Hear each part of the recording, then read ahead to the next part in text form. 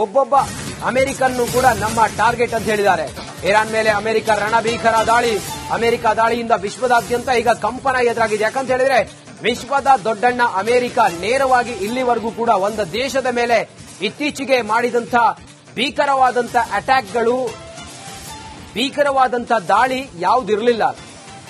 ಪರೋಕ್ಷವಾಗಿ ಬೆಂಬಲವನ್ನ ಕೊಡ್ತಾ ಇತ್ತು ಇಸ್ರೇಲ್ಗೆ, ಪರೋಕ್ಷವಾಗಿ ವೆಪನ್ಗಳನ್ನ ಪೂರೈಕೆ ಮಾಡ್ತಾ ಇತ್ತು. ಆದ್ರೆ ತನ್ನ ಆರ್ಮಿ, ಅಮೆರಿಕದ ಸೇನೆ ಇರಾನ್ನ ನೆಲದಲ್ಲಿ ಇರಾನ್ನ ಅಣು ಸ್ಥಾವರಗಳನ್ನ ಧ್ವಂಸ ಮಾಡೋ ಮೂಲಕ ನೇರವಾಗಿ ಯುದ್ಧ ಭೂಮಿಗೆ ಈಗ ಇಳಿದಿದೆ.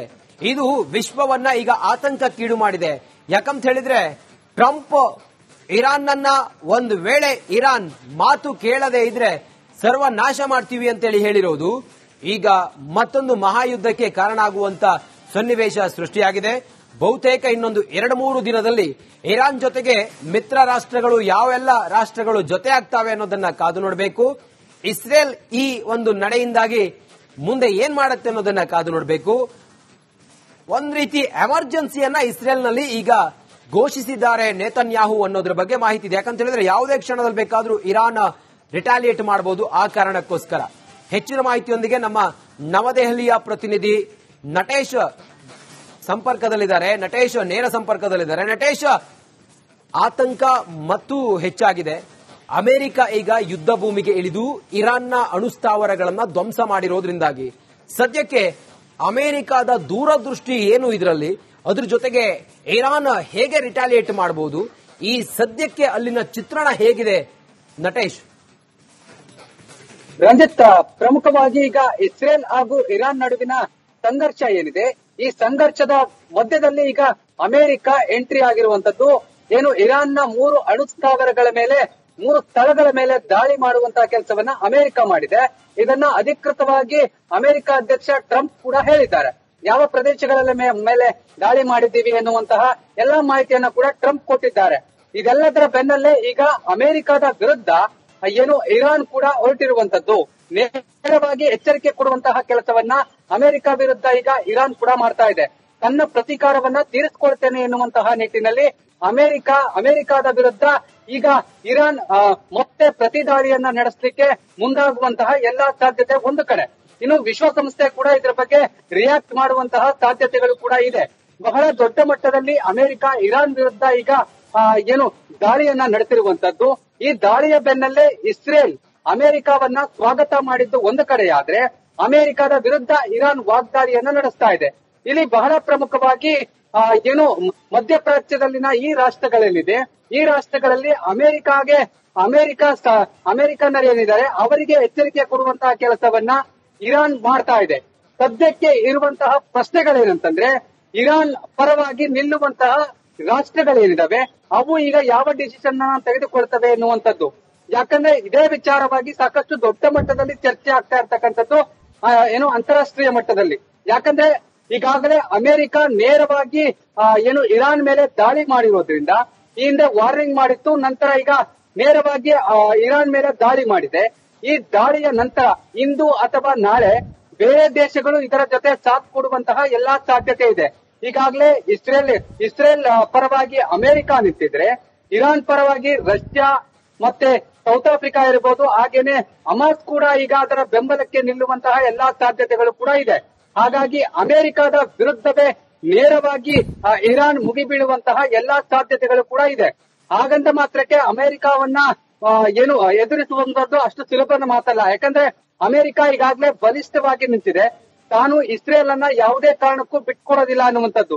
ಇಲ್ಲಿ ಇಸ್ರೇಲ್ ಅನ್ನ ಬಿಟ್ಟುಕೊಟ್ಟಂತಹ ಸಂದರ್ಭದಲ್ಲಿ ಏನು ಅರೇಬಿಯನ್ ಕಂಟ್ರೀಸ್ ಇದೆ, ಅರೇಬಿಯನ್ ಕಂಟ್ರೀಸ್ ನೇರವಾಗಿ ಅಮೆರಿಕದ ವಿರುದ್ಧ ದಾಳಿ ಮಾಡಲಿಕ್ಕೆ ಪ್ರಮುಖ ಅಸ್ತ್ರವಾಗಿ ಬಿಡುತ್ತೆ. ಹಾಗಾಗಿ ಇಸ್ರೇಲ್ ಅನ್ನ ಸೇವ್ ಮಾಡಿಕೊಳ್ಳುವಂತದ್ದು ಅಮೆರಿಕದ ಉದ್ದೇಶ. ಅಮೆರಿಕದಲ್ಲಿ ಇರ್ತಕ್ಕಂತಹ ಯಹೂದಿಗಳನ್ನ ಕಾಪಾಡಿಕೊಳ್ಳುವಂತದ್ದು, ಅಂದ್ರೆ ಇಸ್ರೇಲ್ ನಲ್ಲಿ ಇರ್ತಕ್ಕಂತಹ ಯಹೂದಿಗಳೇನಿದ್ದಾರೆ ಅವರನ್ನ ಕಾಪಾಡಿಕೊಳ್ಳುವಂತಹ ಉದ್ದೇಶದಿಂದಾಗಿ ನೇರವಾಗಿ ಅಮೆರಿಕ ಇಸ್ರೇಲ್ ಪರವಾಗಿ ನಿಂತಿದೆ. ಜೊತೆಗೆ ಇರಾನ್ ವಿರುದ್ಧ ನೇರವಾಗಿ ದಾಳಿ ನಡೆಸುವಂತಹ ಕೆಲಸವನ್ನ ಕೂಡ ಮಾಡಿದೆ. ಮತ್ತೆ ಎಚ್ಚರಿಕೆಯನ್ನ ಕೊಡುವಂತ ಮೂಲಕ ಟ್ರಂಪ್ ಮತ್ತೊಂದು ಮಾತನ್ನ ಹೇಳಿದ್ದಾರೆ. ಮತ್ತೆ ಇದೇ ರೀತಿಯಾದಂತಹ ಮುಂದುವರಿಕೆಗಳಾದ್ರೆ ಮತ್ತೆ ಈಗಾಗಲೇ ಏನು 3 ಪ್ರದೇಶಗಳ ಮೇಲೆ ದಾಳಿ ಮಾಡಿದೀವಿ, ಮತ್ತೆ ಅಲ್ಲಿನ ಹಲವು ಪ್ರದೇಶಗಳ ಮೇಲೆ ನೇರವಾಗಿ ದಾಳಿಯನ್ನ ಮಾಡ್ತೀವಿ ಎನ್ನುವಂತಹ ದೊಡ್ಡ ಮಟ್ಟದ ಎಚ್ಚರಿಕೆಯನ್ನ ಟ್ರಂಪ್ ಕೊಟ್ಟಿರುವಂತದ್ದು. ಇದೆಲ್ಲದರ ಬೆನ್ನಲ್ಲೇ ಈಗ ಮೂರನೇ ಮಹಾಯುದ್ಧದ ಮುನ್ಸೂಚನೆ ಅನ್ನುವಂತೆ ಕಾಣಿಸ್ತಾ ಇದೆ.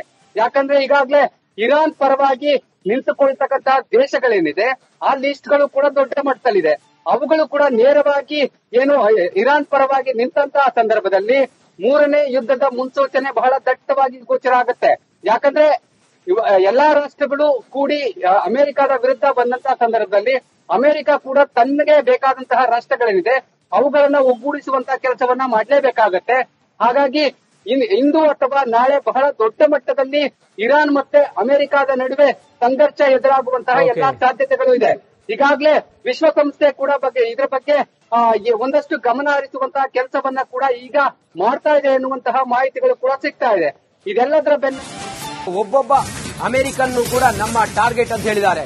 ಇರಾನ್ ಮೇಲೆ ಅಮೆರಿಕ ರಣಭೀಕರ ದಾಳಿ, ಅಮೆರಿಕ ದಾಳಿಯಿಂದ ವಿಶ್ವದಾದ್ಯಂತ ಈಗ ಕಂಪನ ಎದುರಾಗಿದೆ. ಯಾಕಂತ ಹೇಳಿದ್ರೆ ವಿಶ್ವದ ದೊಡ್ಡಣ್ಣ ಅಮೆರಿಕ ನೇರವಾಗಿ ಇಲ್ಲಿವರೆಗೂ ಕೂಡ ಒಂದು ದೇಶದ ಮೇಲೆ ಇತ್ತೀಚೆಗೆ ಮಾಡಿದಂತ ಭೀಕರವಾದಂತ ಅಟ್ಯಾಕ್ಗಳು, ಭೀಕರವಾದಂತ ದಾಳಿ ಯಾವುದಿರಲಿಲ್ಲ. ಪರೋಕ್ಷವಾಗಿ ಬೆಂಬಲವನ್ನ ಕೊಡ್ತಾ ಇತ್ತು ಇಸ್ರೇಲ್ಗೆ, ಪರೋಕ್ಷವಾಗಿ ವೆಪನ್ಗಳನ್ನ ಪೂರೈಕೆ ಮಾಡ್ತಾ ಇತ್ತು. ಆದ್ರೆ ತನ್ನ ಆರ್ಮಿ, ಅಮೆರಿಕದ ಸೇನೆ ಇರಾನ್ನ ನೆಲದಲ್ಲಿ ಇರಾನ್ನ ಅಣು ಸ್ಥಾವರಗಳನ್ನ ಧ್ವಂಸ ಮಾಡೋ ಮೂಲಕ ನೇರವಾಗಿ ಯುದ್ಧ ಭೂಮಿಗೆ ಈಗ ಇಳಿದಿದೆ. ಇದು ವಿಶ್ವವನ್ನ ಈಗ ಆತಂಕಕ್ಕೀಡು ಮಾಡಿದೆ.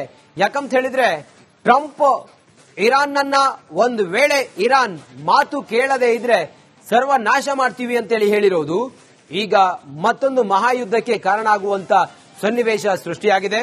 ಬಹುತೇಕ ಇನ್ನೊಂದು 2-3 ದಿನದಲ್ಲಿ ಇರಾನ್ ಜೊತೆಗೆ ಮಿತ್ರ ರಾಷ್ಟ್ರಗಳು ಯಾವೆಲ್ಲ ರಾಷ್ಟ್ರಗಳು ಜೊತೆ ಆಗ್ತಾವೆ ಅನ್ನೋದನ್ನ ಕಾದು ನೋಡಬೇಕು. ಇಸ್ರೇಲ್ ಈ ಒಂದು ನಡೆಯಿಂದಾಗಿ ಮುಂದೆ ಏನ್ ಮಾಡುತ್ತೆ ಅನ್ನೋದನ್ನ ಕಾದು ನೋಡಬೇಕು. ಒಂದ್ ರೀತಿ ಎಮರ್ಜೆನ್ಸಿಯನ್ನ ಇಸ್ರೇಲ್ನಲ್ಲಿ ಈಗ ಘೋಷಿಸಿದ್ದಾರೆ ನೇತನ್ಯಾಹು ಅನ್ನೋದ್ರ ಬಗ್ಗೆ ಮಾಹಿತಿ ಇದೆ. ಯಾಕಂತ ಹೇಳಿದ್ರೆ ಯಾವುದೇ ಕ್ಷಣದಲ್ಲಿ ಬೇಕಾದ್ರೂ ಇರಾನ್ ರಿಟಾಲಿಯೇಟ್ ಮಾಡಬಹುದು. ಆ ಕಾರಣಕ್ಕೋಸ್ಕರ ಹೆಚ್ಚಿನ ಮಾಹಿತಿಯೊಂದಿಗೆ ನಮ್ಮ ನವದೆಹಲಿಯ ಪ್ರತಿನಿಧಿ ನಟೇಶ್ ಸಂಪರ್ಕದಲ್ಲಿದ್ದಾರೆ. ನಟೇಶ್ ನೇರ ಸಂಪರ್ಕದಲ್ಲಿದ್ದಾರೆ. ನಟೇಶ್, ಆತಂಕ ಮತ್ತು ಹೆಚ್ಚಾಗಿದೆ. ಅಮೆರಿಕ ಈಗ ಯುದ್ಧ ಭೂಮಿಗೆ ಇಳಿದು ಇರಾನ್ನ ಅಣುಸ್ಥಾವರಗಳನ್ನ ಧ್ವಂಸ ಮಾಡಿರೋದ್ರಿಂದಾಗಿ ಸದ್ಯಕ್ಕೆ ಅಮೆರಿಕದ ದೂರದೃಷ್ಟಿ ಏನು ಇದರಲ್ಲಿ, ಅದ್ರ ಜೊತೆಗೆ ಇರಾನ್ ಹೇಗೆ ರಿಟಾಲಿಯೇಟ್ ಮಾಡಬಹುದು, ಈ ಸದ್ಯಕ್ಕೆ ಅಲ್ಲಿನ ಚಿತ್ರಣ ಹೇಗಿದೆ ನಟೇಶ್?